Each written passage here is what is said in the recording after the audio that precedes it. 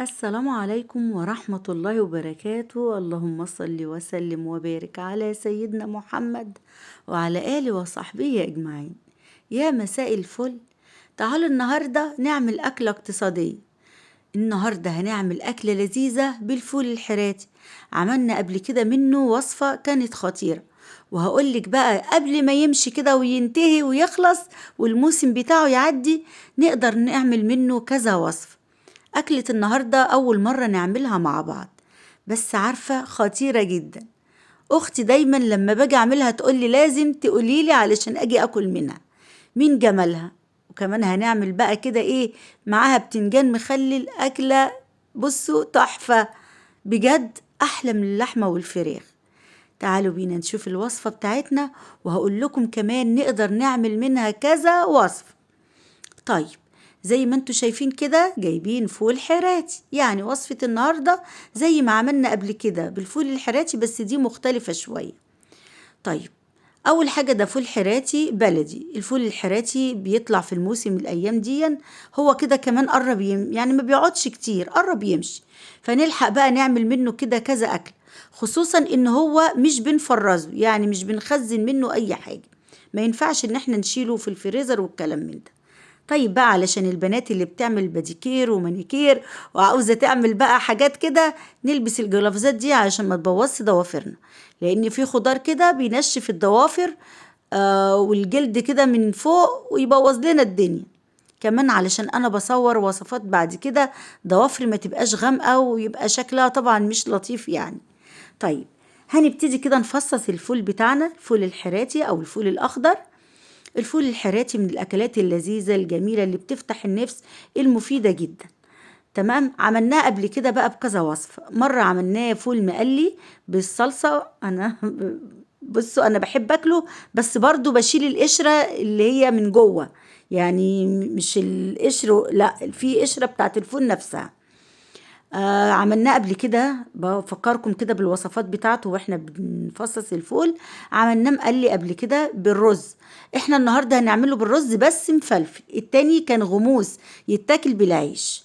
عاوزه اقول لكم الفول الحراتي ده مش بس اكلات اقتصاديه والاكلات اللي هي الناس المفلسين، لا والله ده اكلات الناس اصحاب المزاج.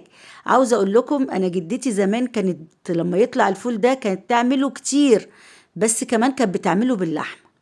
طب هنا انا بقول لكم الفول الصغير الصغيرة حبة الفول الصغيرة دي مش بتتقشر، بتتقطع كده، خصوصا لما هنكون هنسلقه. فكانت دايما تعمله، عارفين البسلة كانت بتعمله بنفس طريقة البسلة بس بالفول الحراتي، بس طبعا كانت بتاكله بالعيش وكانت بتقليله باللحمة.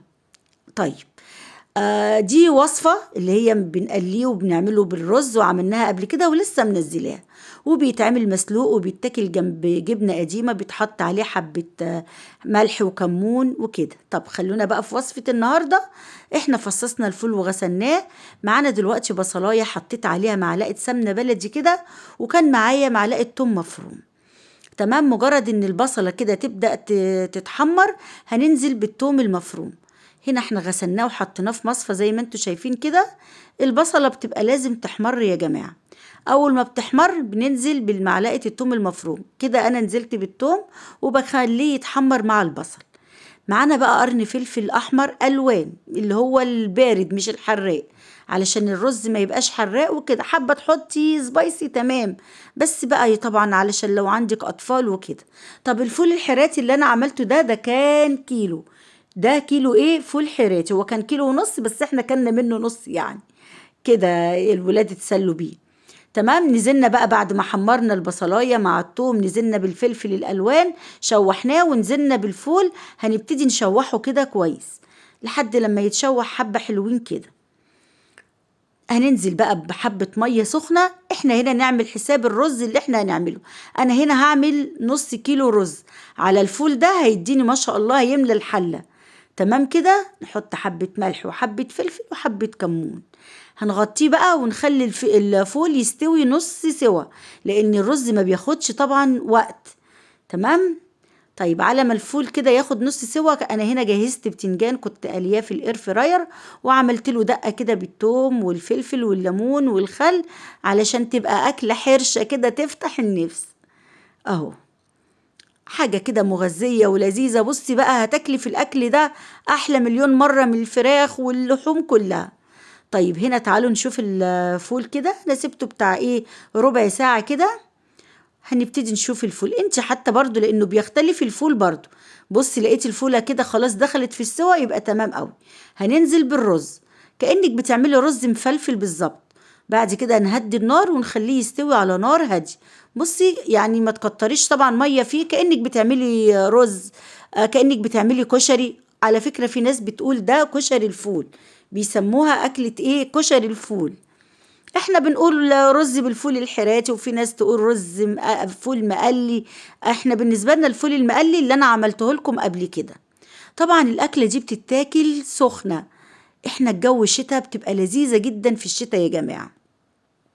أكلة اقتصادية مغذية لذيذة تفتح النفس، بترمي معاكي كمية حلوة قوي. الله بجد على الجميل. تستاهل لايك يا جماعة. وبصوا الحلة مليانة ازاي، ده سرفيزة على فكرة يعني ما شاء الله. الأكلة كتيرة، كمان بقى جنبيها حاجة خضرة تبقى كده وجبة ايه متكاملة.